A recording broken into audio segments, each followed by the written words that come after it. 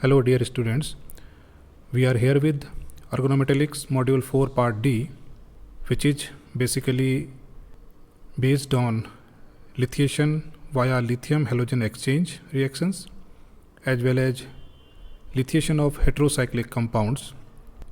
Module 4 part C तक हम लोगों ने लिथिएशन की वेरियस प्रोसेसेस को डिस्कस कर लिया है, जिसमें हमने लिथिएशन वाया मेटेलिक लिथियम देखा था, साथ ही हमने ऑर्थोलिथिएशन को डिस्कस किया था, lithiation on allylic system, lithiation on acidic proton containing systems, इनको भी हमने डिस्कस किया था।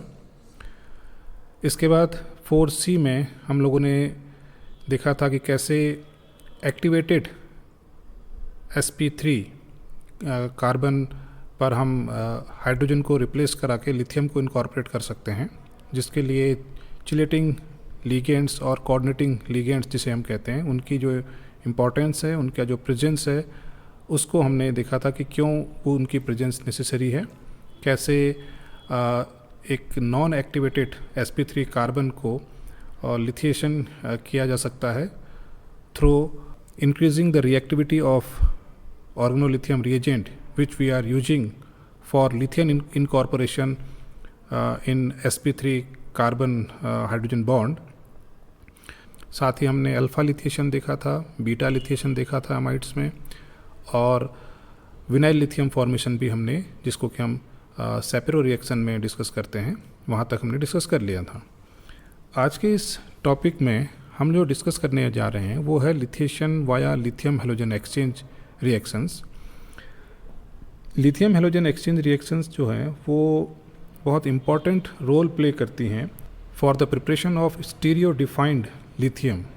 इसको अभी हम देखेंगे कि कैसे जो लिथियम हैलोजन एक्सचेंज रिएक्शंस हैं, बेसिकली विनाइल हैलाइड्स के केस में, वहाँ पर लिथियम का जो इनकॉर्पोरेशन होगा वो सबस्ट्रेट की स्टीरियोकेमिस्ट्री को रिटेन रखते हुए लिथियम का इनकॉर्पोरेशन होगा।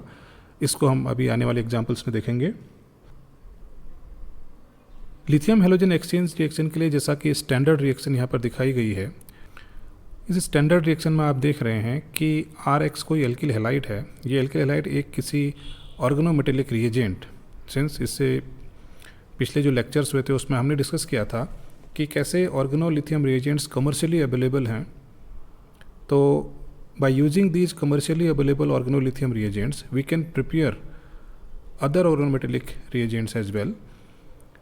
This is the example of lithium halogen exchange process where alkyl halide, when reacts with an organolithium reagent, which is R-Li here, to convert RLi and R-X, this reaction usually proceed towards the forward direction where the formation of new organolithium reagent takes place. अब जैसा कि इस reaction में आपको दिख रहा है कि एल्किल हैलाइड सबस्ट्रेट के साथ एल्किल हैलाइड है, और एक एल्काइल लिथियम भी सबस्ट्रेट के एज ए सबस्ट्रेट रिएजेंट हमने लिया हुआ है। प्रोडक्ट की साइड पे अगर हम देखते हैं तो यहाँ पर भी एक एल्काइल लिथियम है और एल्काइल हैलाइड है। तो इस तरह की जो रिएक्शंस हैं लिथियम हैलोजन एक्सचेंज रिएक्शन, इन रिएक्शंस की जो फिजिबिलिटी है, जो स्पॉन्टेनिटी है, फिजिबिलिटी और स्पॉन्टेनिटी का मीनिंग होता है कि how we can get maximum product. अगर हम प्रोडक्ट की बात करते हैं, for this reaction targeted product is this one, RLi।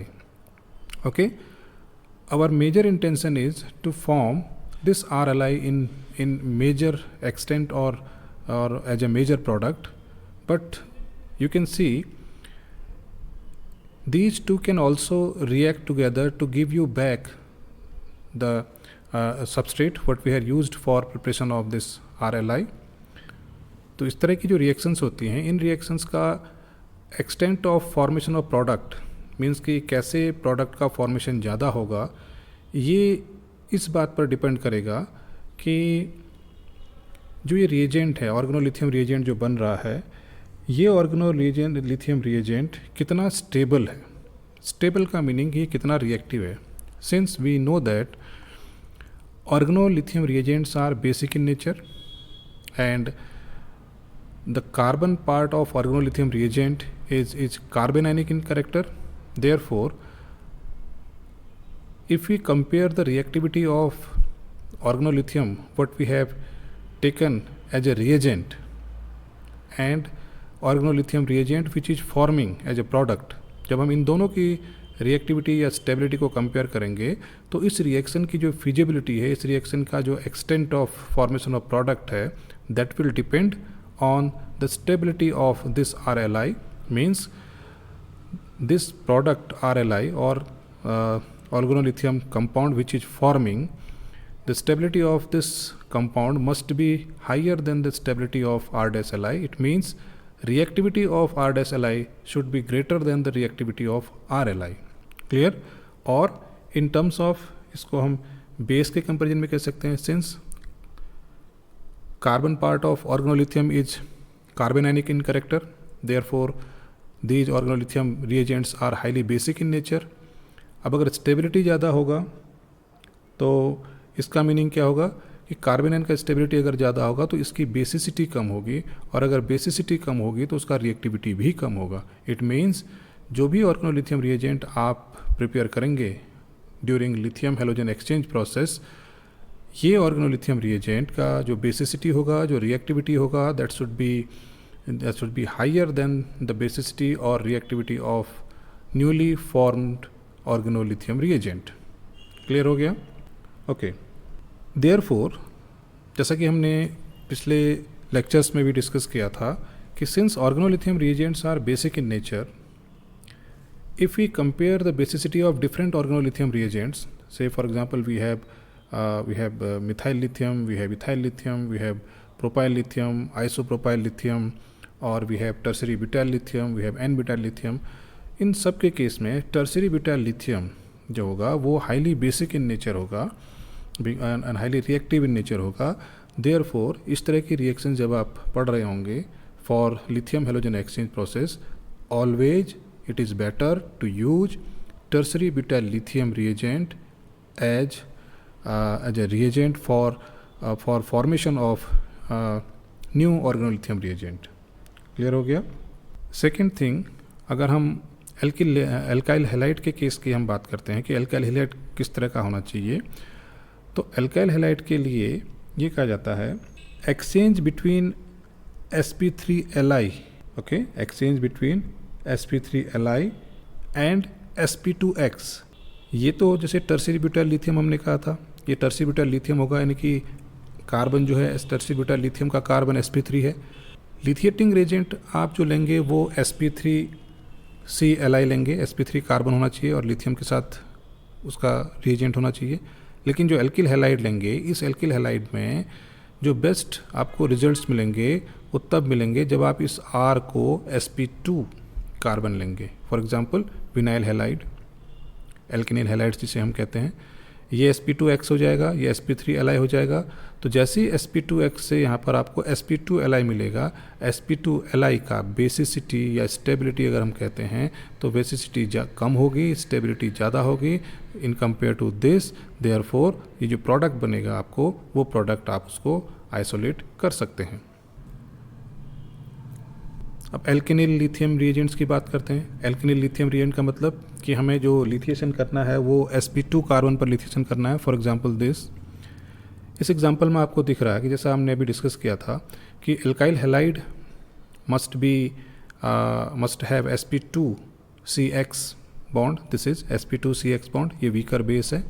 आपने एल्काइल लिथियम जो लिया sp3Cli होना चाहिए, स्ट्रॉन्ग बेस है. जैसे ये लिथिएशन होगा, जो आपको विनाइल लिथियम यहाँ पर मिलेगा, करस्पॉन्डिंग विनाइल लिथियम कि लिथियम हैलोजन एक्सचेंज हुआ, ब्यूटाइल ब्रोमाइड बनेगा, लिथियम यहाँ जुड़ेगा. ये जो विनाइल लिथियम बना, ये विनाइल लिथियम का बेसिसिटी जो होगा वो इसके कंपैरिजन में बहुत कम होगा, स्टेबिलिटी ज़्यादा होगा और आपको लिथिएटेड प्रोडक्ट मिलेगा. बट इस तरह के लिथिएशन में एक प्रॉब्लम जनरेट होती है कि जब हम इसको 1 इक्विवेलेंट ब्यूटाइल लिथियम ही लेंगे तो 1 इक्विवेलेंट ब्यूटाइल लिथियम लेने पर हमें क्या हो सकता है कि ये दोनों रिएजेंट, ये जो सबस्ट्रेट आपने एल्केनिल लिथियम लिया और ब्यूटाइल ब्रोमाइड लिया, ये आपस में फर्दर रिएक्शन करके आपको एक कपलिंग प्रोडक्ट यहाँ पर दे सकते हैं, जैसी कपलिंग हमने वुड्स टाइप कपलिंग में देखा था। ओके, इस प्रॉब्लम को अवॉइड करने के लिए ये सजेस्ट किया जाता है कि it is always better to use 2 equivalent of butyl lithium. अब वो 2 इक्विवेलेंट लेने का मीनिंग क्या होगा कि first equivalent of butyl lithium will be utilized for the lithiation purpose and the second equivalent of butyl lithium जो होगा वो इस टर्शरी ब्यूटाइल ब्रोमाइड के साथ E2 एलिमिनेशन देगा। और एलिमिनेशन का मतलब हमें पता है कि एलिमिनेशन में एल्कीन्स बनती हैं, इसलिए टर्शरी ब्यूटाइल ब्रोमाइड का जब डीहाइड्रो हेलोजिनेशन होगा, जैसा कि यहाँ पर दिखाया डीहाइड्रो हेलोजिनेशन होगा, 2 मिथिल प्रोपीन हमें यहाँ बनेगा और करस्पॉन्डिंग LiBr और ब्यूटेन हमें यहाँ पर मिलेगा। तो इस प्रकार से हम देख पा रहे हैं कि ये जो एल्केनिल लिथियम है, ये एल्केनिल लिथियम फर्दर कपलिंग प्रोसेस को परफॉर्म नहीं कर पा रहा है, और जो ये ब्यूटाइल ब्रोमाइड बना था जो कि कपलिंग प्रोसेस के लिए रिस्पॉन्सिबल था, कि ये कपलिंग प्रोडक्ट यहाँ पर दे रहा था, इस ब्यूटाइल ब्रोमाइड को हमने second equivalent of butyl lithium से रिएक्शन करा के करस्पॉन्डिंग कोई एल्कीन को जनरेट कराया और स्टेबल प्रोडक्ट्स यहाँ पर बने। As a result we will get this alkenyl lithium as new lithiating reagent. Clear हो गया? अब जैसा कि कहा था कि स्टार्टिंग में कि lithium halogen exchange reactions are particularly useful for the stereo defined lithiation processes. Stereo defined lithiation process का मीनिंग क्या है कि consider this example, this is again vinyl lithium और alkenyl lithium, we reacted it with 2 equivalent of butyl lithium. अब आपको समझ में आ गया होगा कि हम 2 इक्विवेलेंट क्यों यूज कर रहे हैं। 1 equivalent for lithiation, second equivalent for E2 elimination to get the stabilized byproducts which are forming in between the reaction। तो आपको ये रिएजेंट मिलेगा एल्केनिल लिथियम। अगर इस एल्केनिल लिथियम को हम देखते हैं, इस एल्कीन की अगर स्टीरियोकेमिस्ट्री की हम बात करते हैं तो ये एल्कीन ट्रांस है, ट्रांस कहेंगे, इसको हम ई कहेंगे। ठीक है, मीन्स दोनों ग्रुप बड़े ग्रुप अपोजिट साइड में हैं, या दोनों सेम ग्रुप अपोजिट साइड में, इसको आप ट्रांस भी कह सकते हैं यहाँ पर, और इन जनरल इसको हम ई एल्कीन कहेंगे। ई एल्कीन आपको ई लिथिएटेड प्रोडक्ट दे रहा है, ये भी इसका भी स्टीरियोकेमिस्ट्री ई ही है। जब आप इलेक्ट्रोफाइल्स किसी इलेक्ट्रोफाइल से इसकी अप्रोच रिएक्शन कराएंगे, इलेक्ट्रोफाइल मीन्स कोई भी हो सकता है, अल्काइल हैलाइड भी हो सकता है, कार्बन डाइऑक्साइड भी हो सकता है, DMF भी हो सकता है, या फिर कोई एल्डिहाइड हो सकता है, या कीटोन हो सकता है, इपॉक्साइड हो सकता है, जो भी फंक्शनल ग्रुप हमने ऑर्गेनोमैग्नीशियम कंपाउंड्स में उसकी रिएक्शन के दौरान देखे थे, आप इन सब की रिएक्शन ऑर्गेनोलिथियम से भी करा सकते हैं। All these reactions we will discuss in next module और कमिंग मॉड्यूल। जब भी इलेक्ट्रोफिलिक स्पीसीज़ को आप इसके साथ रिएक्ट कराएंगे तो वो इलेक्ट्रोफिलिक स्पीसीज़ भी स्टीरियोकेमिस्ट्री को मेंटेन करते हुए यहाँ पर जुड़ेगी। और आप देख पा रहे हैं कि जो स्टीरियोकेमिस्ट्री का प्रोडक्ट है, फाइनल प्रोडक्ट है, ये भी ई ही है। इसे कहते हैं स्टीरियो स्पेसिफिसिटी। मीन्स आपने ई एल्कीन लिया या आपने ई एल्केनिल हैलाइड लिया, प्रोडक्ट भी ई बना। अगर आप इसको जेड लोगे you will get Z product. Clear हो गया? अब देखते हैं एराइल लिथियम। एराइल लिथियम के लिए जो मेटल हेलोजन एक्सचेंज है, मेटल हेलोजन एक्सचेंज, जैसा कि हमने इससे पहले देखा था, लिथियम हेलोजन एक्सचेंज रिएक्शन हम पढ़ रहे हैं।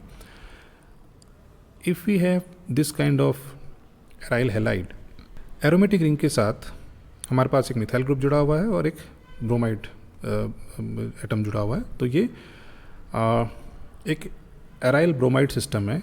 इस एराइल ब्रोमाइड सिस्टम की जब हम रिएक्शन कराएंगे किसी ब्यूटाइलेटिंग या किसी लिथिएटिंग रिएजेंट से, for example n butyl lithium या सेकेंडरी ब्यूटाइल लिथियम, तो उससे क्या होगा कि इस सिस्टम में आपके पास 2 साइट हैं जहाँ पर लिथिएशन हो सकता है। हमने जो मॉड्यूल 4A था उसमें देखा था कि कैसे एलाइलिक और बेंजाइलिक पोजीशन पर भी आप मेटिलेशन कर सकते हैं। मींस ये बेंजाइलिक पोजीशन है, इस पोजीशन का जो हाइड्रोजन है वो एसिडिक है, एसिडिक हाइड्रोजन ब्यूटेन के साथ इंटरेक्ट कर सकता है और लिथियम यहाँ पर इनकॉर्पोरेट हो सकता है।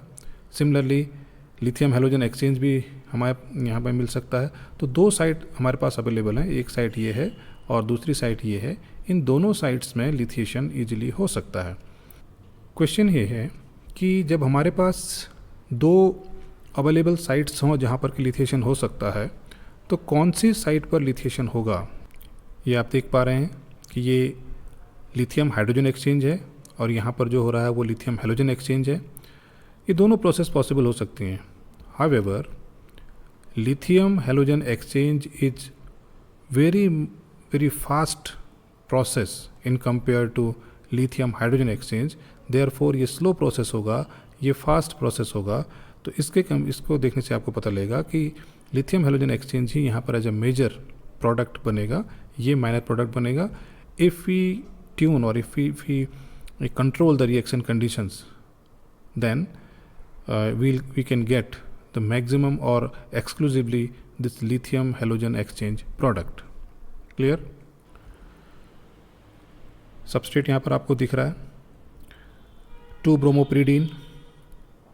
2-ब्रोमोप्रिडीन की रिएक्शन जब हम n-ब्यूटाइल लिथियम से कराते हैं तो हमको 2 लिथियम प्रिडीन हमको मिल रहा है। ये भी सिंपल लिथियम हैलोजन एक्सचेंज की प्रोसेस है। सिमिलरली 3-ब्रोमोथायोफीन आप देख पा रहे हैं, थायोफीन का जो ब्रोमिनेशन होगा 3 पोजीशन पर होगा। इसकी रिएक्शन n-ब्यूटाइल लिथियम से कराते हैं तो हमको 3 लिथियम थायोफीन यहाँ पर मिलता है। तो ये जो एग्जांपल है सिंपल लिथियम हैलोजन एक्सचेंज के एग्जांपल है। नेक्स्ट जो टॉपिक हम यहाँ डिस्कस करने जा रहे हैं ये है lithiation of hetero aromatics in presence of direct influence.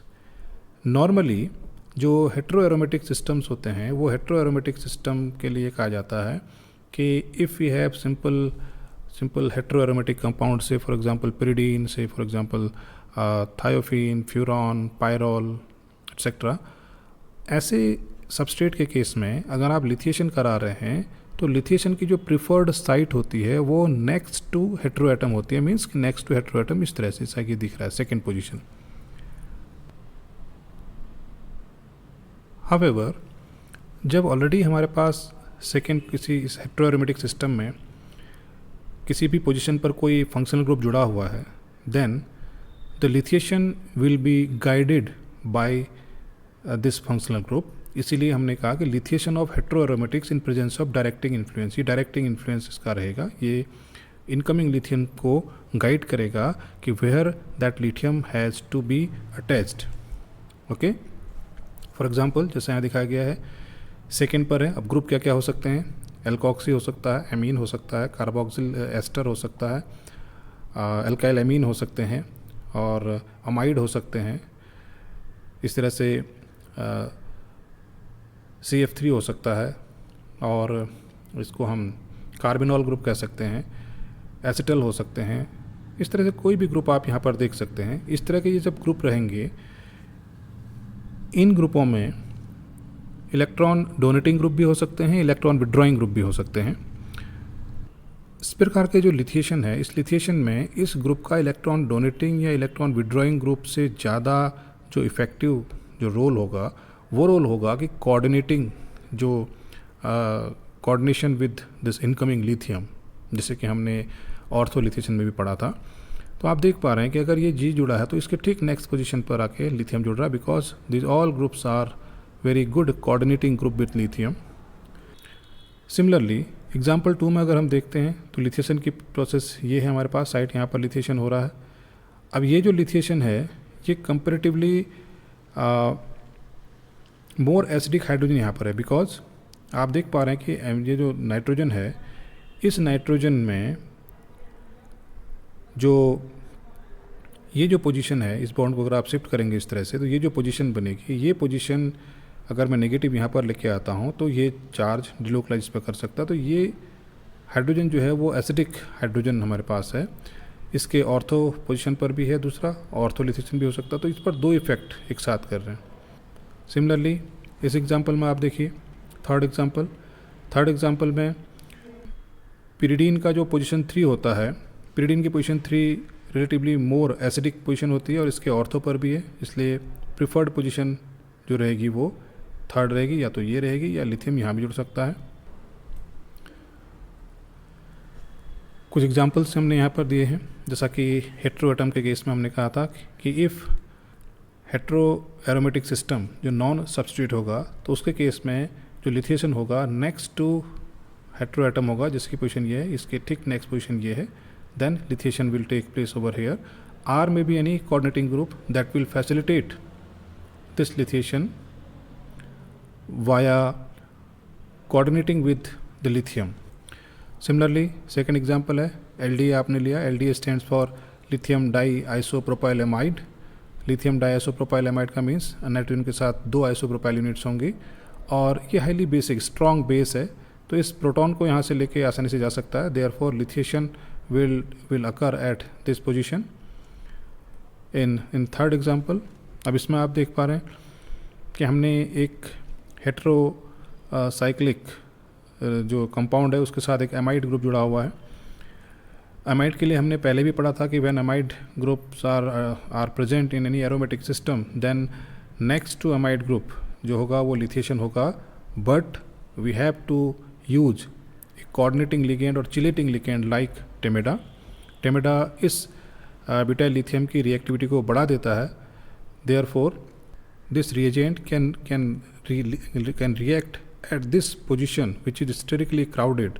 अब जब ये चिलेशन यहाँ पर फॉर्म होता है तो चिलेशन के बाद आपको लिथिएशन इस पार्ट पर, इस कार्बन पर मिल जाएगा जो कि नेक्स्ट टू ऑक्सीजन है और स्टेरिकली हिंडर्ड होने के बावजूद भी इसकी रिएक्टिविटी टेमेडा यहाँ पर बढ़ाएगा तो लिथिएशन इस पोजीशन पर आपको मिलेगा.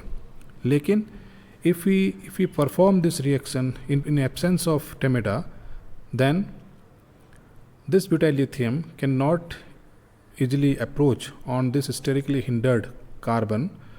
Therefore, it will prefer to approach at this carbon which is comparatively less sterically hindered, and lithiation will take place at this position.